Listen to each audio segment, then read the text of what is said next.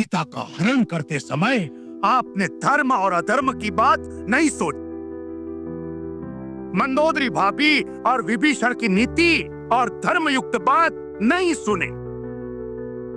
केवल अपनी काम वासना की पूर्ति का बहाना ढूंढा है आपने। इसी का यह फल है जो आज सारे लंकावासी भोग रहे हैं। शूर्पणखा मेरी भी तो बहन थी। आज मुझे जिस प्रकार उठाया है, उस दिन यह हीन कार्य करने से पहले मुझे जगाते तो मैं आपको बताता कि प्रतिशोध कैसे लिया जाता है।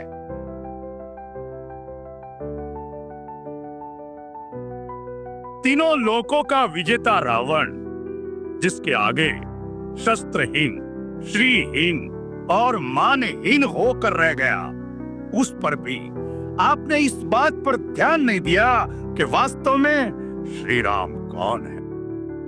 शत्रु को श्री लगाकर संबोधित मत करो। महाराज, आंखें बंद कर लेने से सूर्य का प्रकाश लोप नहीं हो जाता। जो तीनों लोकों के स्वामी हैं, स्वयं श्रीमान नारायण है, उन्हें श्री राम ही कहना पड़ेगा। भैया, शायद आप ये भूल गए हैं कि श्री राम से कई पीढ़ियां पहले इक्ष्वाकु वंश के एक राजा ने आपको श्राप दिया था कि जब स्वयं श्रीमान नारायण हमारे कुल में अवतार लेंगे, तब वह उसी न रूप में आपका विनाश करेंगे। वो बात भी भूल गए जो नारद ने मुझे बताई थी कि विष्णु ने राक्षसों का नाश करने के लिए अयोध्यापति दशरथ के घर जन्म लिया है। भैया, ब्रह्मा की बात भी भूल गए। फिर भी आप महारानी सीता का हरण कर लाए, जो स्वयं लक्ष्मी का अवतार है। हमें अपनी बहन के अपमान का बदला लेना था। हमारे भाई के वध का प्रतिशोध क्या हमारा कर्तव्य नहीं था? तो उस कार्य को वीरों की भांति करते। चोरों की भांति एक स्त्री का हरण करके क्या आपका मस्तक गौरव से ऊंचा हो गया है? शूर्पणखा मेरी भी तो बहन थी। आज मुझे जिस प्रकार उठाया है, उस दिन यह हीन कार्य करने से पहले मुझे जगाते तो मैं आपको बताता कि प्रतिशोध कैसे लिया जाता है। कुंभकर्ण, यह समय शास्त्र सुनाने का नहीं है। हर बात अपने अपने समय पर ठीक लगती है। यही तो मैं कहना चाहता हूँ भैया, कि आपने उचित समय पर उचित बात नहीं की। नीति कहती है कि पुरुष को धर्म, अर्थ और काम का सेवन उचित समय पर ही करना चाहिए। जैसे प्रातः काल धर्म का, मध्याह्न काल में अर्थ सेवन का और रात्रि में काम सेवन का विधान है। इन तीनों में भी धर्म श्रेष्ठ है।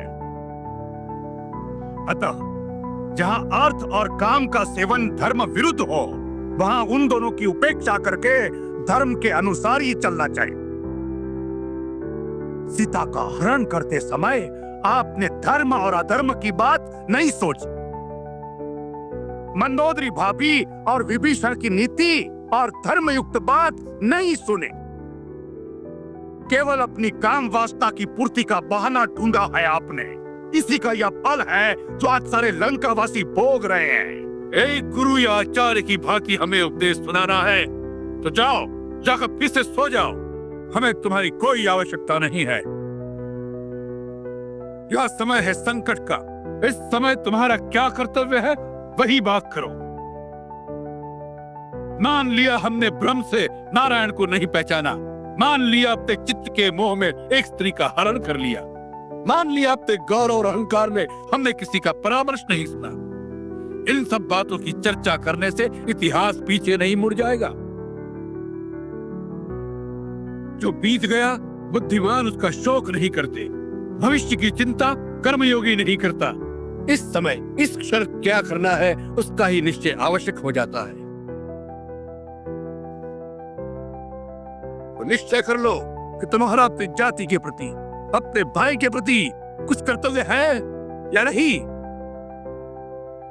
तुम हमें शास्त्र सुना रहे थे। अरे शास्त्र में तो यह भी लिखा है, यदि भाई ने कोई पाप भी किया हो, वह अपराधी भी हो तब उस संकट में जो उसका साथ दे वही भाई कहलाने योग्य होता है। अपराधी को तो शिक्षा सभी दे सकते हैं, परंतु भाई वही है जो संकट में साथ खड़ा रहे, सहायता करे, शिक्षा न दे। सोच लो, रावण के कारण ही सही, परंतु रावण के साथ राक्षस जाति का विनाश हो जाए, यह तुम्हें स्वीकार है या नहीं?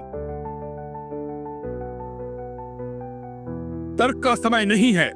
यदि मन में कोई संशय है, यदि कर्तव्य का पथ साफ दिखाई नहीं देता, तो युद्ध में जाने से कोई लाभ नहीं है। जाओ, जाकर सो जाओ। रावण को अभियान निभाना और शान के साथ जीना और मरना दोनों आते हैं। जाओ।